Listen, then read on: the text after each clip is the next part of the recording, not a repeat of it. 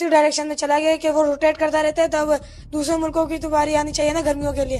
زمین روٹیٹ کر رہی ہے. جی زمین تو ساکن ہے بیٹا، زمین تو روٹیٹ کرتی ہی نہیں ہے، زمین گردش نہیں کرتی.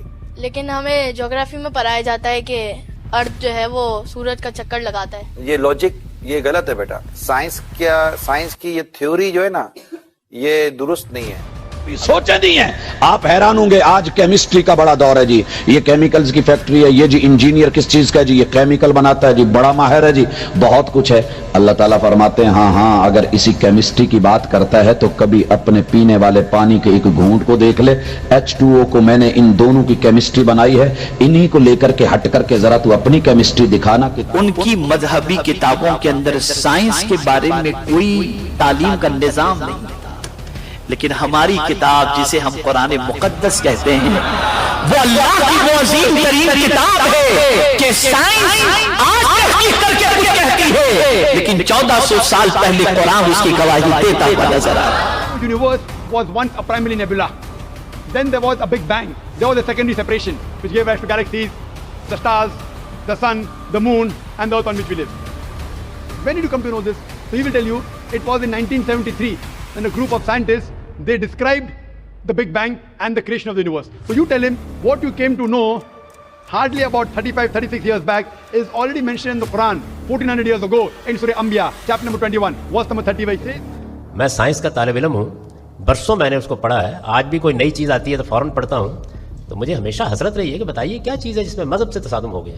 مذہب کا موضوع مادے کی تحقیق نہیں ہے. سائنس کا موضوع یہ ہے وہ مادے کی تحقیق کرے گی، قوانین دریافت کرے گی، نئی ایجادات کرے گی، نئی سہولتیں پیدا کرے گی، نئی دنیایں دریافت کرے گی.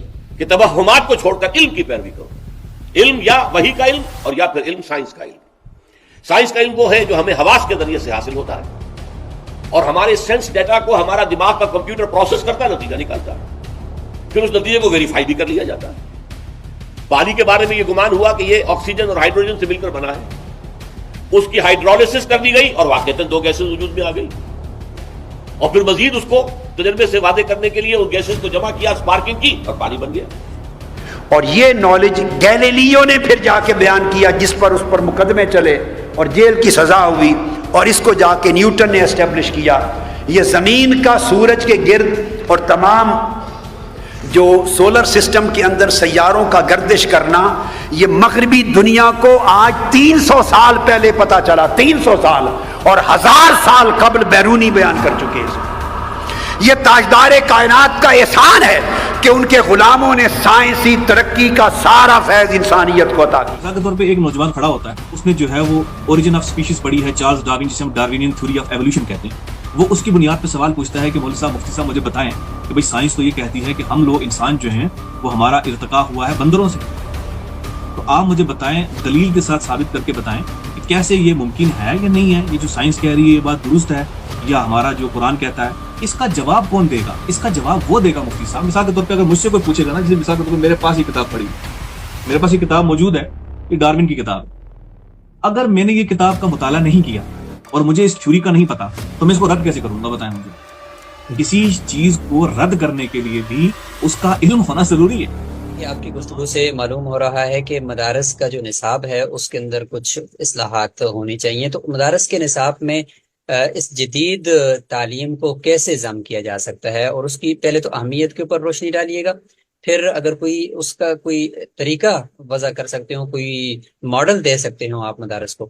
سب سے پہلے تو مفتی صاحب ہمیں یہ سمجھنا چاہیے کہ جیسے میں نے پہلے بتا دیا ہے کہ اسلام کے اندر جو تعلیم کا جو علم کا چینل ہے وہ ایک ہی ہے، اور ایک ہی چھت کے نیچے ہمیں تمام علوم پڑھنے ہیں، اور لاسٹ میں کسی ایک فیلڈ کا اسپیشلسٹ ہو کے نکل جانا ہے، وہاں سے اسپیشلائزیشن کسی ایک فیلڈ کی لے کر نکل جانا ہے.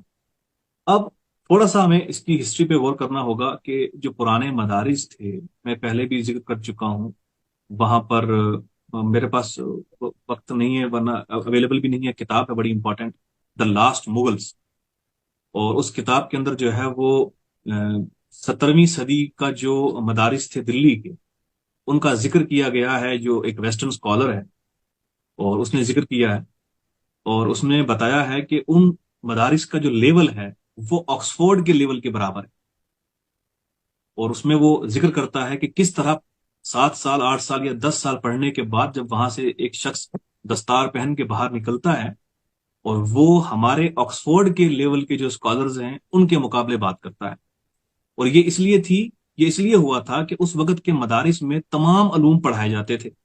اب اس کا ہرگز یہ مطلب نہیں ہے کہ قرآن یا حدیث پڑھنے سے انسان کا ذہنی ارتقاء نہیں ہوتا. اس کا یہ مطلب نہیں ہے. اس کا مطلب یہ بھی نہیں ہے کہ صرف قرآن و حدیث پڑھنے سے جو ہے وہ انسان کا ذہن جو ہے وہ ڈیولپ نہیں ہوتا, اس کو ایکسپوجر نہیں ملتا. اس کا یہ مطلب نہیں ہے. جتنا ایکسپوجر قرآن سے ملتا ہے اتنا ایکسپوجر کسی چیز سے نہیں ملتا. لیکن ہمیں ایک غلط پیٹرن پہ لگا دیا گیا. وہ جو علوم تھے جہاں پر غور و خوض کرنا تھا, میتھمیٹکس سمجھنا تھا, اس کی ایکویشن سمجھنی تھی, ہے نا, کیمسٹری کے فارمولا سمجھنے تھے, فزکس کی لا سمجھنے تھے, ان پہ غور و فکر کرنا تھا اور وہاں سے ہمارا ذہنی ارتقاء ہونا تھا. وہ پروسیس قرآن بھی کرواتا ہے, لیکن کیونکہ ہم نے قرآن کو صرف حفظ کرنے پہ زور دے رکھا ہے, ہم اس پہ لِقَوْمٍ یتفکرون پہ فوکس نہیں کرتے, افلا تعقلون پہ فوکس نہیں کرتے, افلا تدبرون پہ فوکس نہیں کرتے. اس طرح سے جب ہم قرآن کو نہیں پڑھتے تو الٹیمیٹلی ہمارے حافظ تو تیار ہو جاتے ہیں لیکن ان کو ایکسپوجر نہیں ہوتا. تو جو آپ نے بات کہی کہ شروعاتی دور میں ہمارے جتنے بھی ہمارے جو گولڈن پیریڈ ہم کہتے ہیں, وہاں کے جتنے بڑے بڑے سائنسدان نکلے, وہ کوئی اس زمانے میں کوئی یونیورسٹیاں قائم نہیں کی ہوئی تھی انگریزوں نے کہ جہاں سے وہ پڑھ کے ابن سینا, ابن رشد اور الفارابی نکلے تھے. وہ سب کے سب اشخاص جو تھے وہ مدرسہ ہی کے پروڈکٹ تھے. ان سب نے قرآن بھی پڑھا تھا, حدیث بھی پڑھی تھی, فقہ بھی پڑھا تھا, اور پھر کیمیا بھی پڑھا تھا, علم فلکیات بھی پڑھا تھا, علم ریاضی بھی پڑھا تھا, الجبرا بھی پڑھا تھا, علم طب بھی پڑھا تھا. یہ تمام چیزیں پڑھ کے تو وہ اس مقام پہ پہنچے تھے. اب جو آپ کا سوال ہے کہ کیا آج ضرورت ہے اس امر کی کہ ہم جو آج کا موجودہ سسٹم جو ہمارا بدل چکا ہے, جس میں سے ہم نے تمام عصری علوم کو سائڈ کر دیا ہے, اور جس کی وجہ سے ہمارا پروڈکٹیو ایک اسکالر وہاں سے تیار ہو کے نہیں نکلتا, ایک لمیٹڈ سوچ کا شخص وہاں سے نکلتا ہے جس کے پاس ایکسپوجر نہیں ہوتا, تو کیا اس مدرسہ سسٹم میں جدید علوم کی ضرورت ہے؟ اگر ہے تو پھر اس کو ہم کیسے انٹروڈیوس کروائیں, جو کہ آپ کا سوال ہے. تو میں بتا دوں کہ جدید علم کی اتنی شدید ضرورت ہے کہ میں یہ سمجھتا ہوں, میرا یہ اپنا یہ ماننا ہے کہ اس دور میں جو عالم مفتی جدید علم سے ناواقف ہے, اس کا خطاب کرنا اسلام کو نقصان پہنچائے گا, وہ اسلام کے لیے نقصان دہ ثابت ہوگا.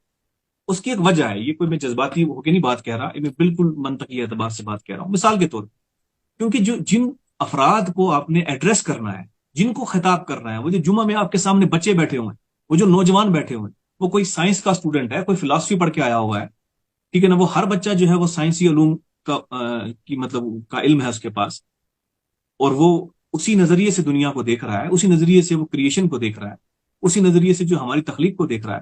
تو کل کو وہ بچہ, کل کو وہ نوجوان جب عالم سے اپنے اس علم کی بنیاد پر سوال کرے گا, تو پھر یہ ہے کہ عالم جواب کس کی بنیاد پر دے گا.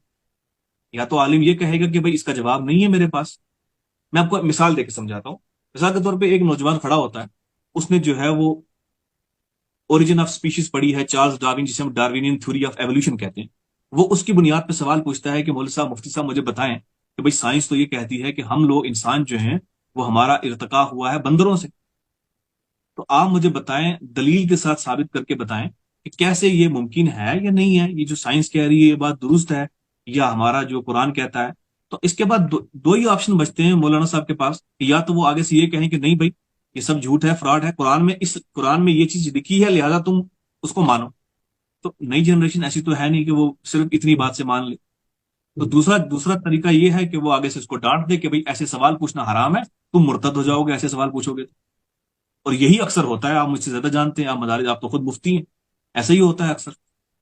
اب اس کا جواب کون دے گا؟ اس کا جواب وہ دے گا مفتی صاحب. مثال کے طور پہ اگر مجھ سے کوئی پوچھے گا نا, جیسے مثال کے طور پہ میرے پاس یہ کتاب پڑھی, میرے پاس یہ کتاب موجود ہے, یہ ڈارون کی کتاب ہے. اگر میں نے یہ کتاب کا مطالعہ نہیں کیا اور مجھے اس تھیوری کا نہیں پتا, تو میں اس کو رد کیسے کروں گا؟ بتائیں مجھے. کسی چیز کو رد کرنے کے لیے بھی اس کا علم ہونا ضروری ہے, ٹھیک ہے. تو لہٰذا میں نے یہ اس لیے مثال دے کے سمجھایا کہ آج کے عالم کے لیے جدید تعلیم اتنی ہی ضروری ہے جتنا قرآن اور حدیث کا علم ضروری ہے.